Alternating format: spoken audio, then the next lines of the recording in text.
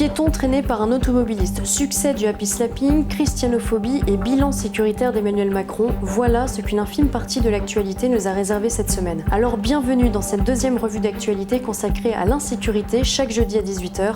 Pensez à liker, partager, commenter cette vidéo et à vous abonner à la chaîne YouTube de Livre Noir. C'est parti.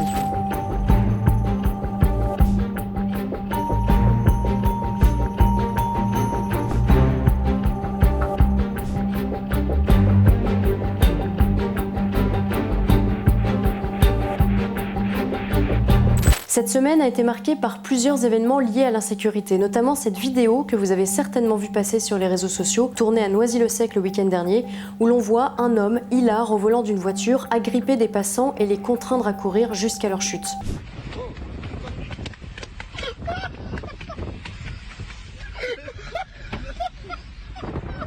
Oula, tu vas courir. Arrête tes conneries. Oula, tu vas courir. Arrête de tomber. Arrête. Arrête tes conneries. Ah putain. Arrête. Arrête de tomber.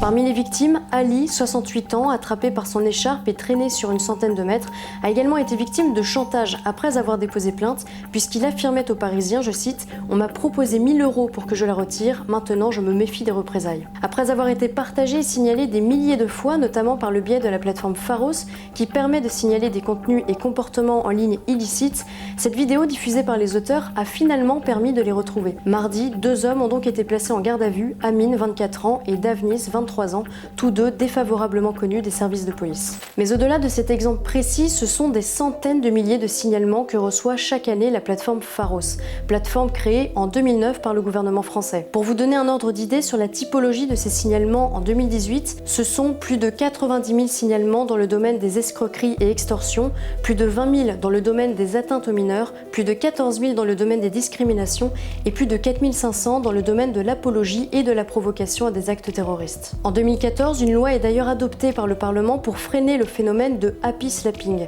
Selon l'article 222-33-3 du Code pénal, le happy slapping correspond au fait d'enregistrer sciemment par quelque moyen que ce soit, sur tout support que ce soit, des images relatives à la commission d'infractions, comme des tortures, des actes de barbarie, des violences et des agressions sexuelles. La personne qui partage ces images, généralement sur Snapchat, le réseau social de la racaille, encourt alors jusqu'à 5 ans d'emprisonnement et 75 000 € d'amende, même si ces peines ne sont généralement pas aussi sévères et qu'elles dépendent souvent de la gravité des blessures subies par les victimes. Par exemple, si la victime ne représente pas de lésions apparentes, l'amende peut être portée à seulement 750 €. À savoir aussi que les mineurs sont exemptés de ces peines. Dans un tout autre registre, les actes de vandalisme et d'agression christianophobe continuent en France. Après les menaces proférées contre des fidèles en procession à Nanterre le 8 décembre dernier, 3 églises de Seine-Saint-Denis ont été profanées depuis le début de l'année, dont 2 dans la même nuit. Dans la première église à Bondy, une ou plusieurs personnes se sont introduites en pleine nuit avec une disqueuse après avoir plié les barreaux pour accéder à un vitrail sur le côté de l'église. Une fois à l'intérieur, le ou les voleurs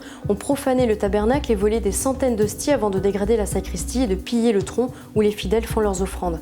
Selon le prêtre interrogé par le Parisien, il y en aurait pour plusieurs milliers d'euros de matériel. À l'église Saint-Germain-l'Auxerrois de Romainville, 8 objets liturgiques ont été dérobés ainsi que le système de sonorisation de l'église. Le tabernacle a également été dégradé et le tronc pillé. Ces 2 actes interviennent quelques jours après ceux commis dans la basilique Saint-Denis le 5 janvier. En milieu de matinée, un homme a cassé des vitrines et jeté à terre 3 statues dans la basilique Saint-Denis, a indiqué le recteur de la basilique qui a porté plainte. Le diocèse a ensuite relativisé en indiquant qu'il s'agissait très vraisemblablement de l'acte isolé d'une personne fragile et regrettant que, je cite, certains se soient emparés de ce fait divers pour en faire ce qu'il n'est pas. Un acte pas si isolé que ça pourtant, puisqu'à quelques heures d'intervalle, 2 autres églises de Poitiers ont également été dégradées, comme le rapporte notre confrère Amaury Bucco dans Valeurs Actuelles. 6 statues ont été décapitées, tandis que la tête de la statue du petit Jésus, présente dans la crèche de l'église, a été soigneusement déposée à côté du corps. Cet acte fait écho à la décapitation de la statue de la Vierge Marie à Plouay dans le Morbihan l'année dernière, ou à celle de Saint-Hilaire à Niort en 2020, des actes isolés donc. Suite à cela, plusieurs personnalités politiques ont réagi, notamment le député du Parti communiste français, Stéphane Peu,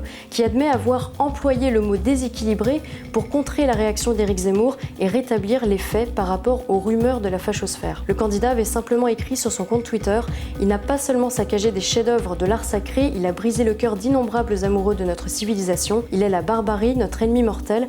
Nous sommes la réponse et nous serons implacables. » Pour rappel, en 2019, 1052 faits antichrétiens avaient été recensés par le gouvernement contre 687 faits antisémites et 154 faits anti-musulmans. Lundi, Emmanuel Macron s'est exprimé à Nice pour dresser le bilan sécuritaire de son quinquennat et esquisser les 5 ans à venir en cas de réélection. Il a notamment annoncé avoir créé 10 000 postes de policiers et de gendarmes et envisage de doubler les policiers sur le terrain d'ici à 2030. Le président de la République souhaite libérer les forces de l'ordre de leurs missions administratives ou des tâches périphériques, type garde de bâtiments ou transfert de détenus.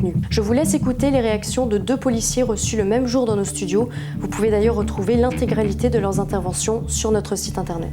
On arrive à un stade où on est dans une institution qui n'a plus de sens. Pourquoi ? Parce qu'en fait, les missions qui, à la base, doivent nous incomber, avec la bien-pensance générale, on nous fait comprendre qu'il ne faut plus le faire.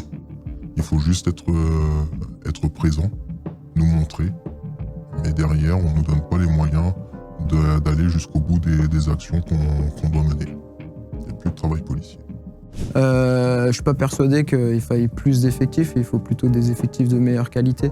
On recrute à 6 sur 20 dans les écoles de police. De toute façon, je ne vois pas aujourd'hui d'où pourrait venir la motivation pour s'engager dans un métier où de toute façon vous ne pouvez plus rien faire. Si tout est fait pour les délinquants, rien pour les victimes. Les raisons pour lesquelles nous on s'est engagés, les flics de vocation, aujourd'hui ça nous donne envie de faire tout l'inverse et de surtout pas rentrer à la police. Merci d'avoir suivi notre revue d'actualité. N'hésitez pas à liker, à commenter, à partager, à vous abonner à notre chaîne YouTube et à notre web TV. À la semaine prochaine.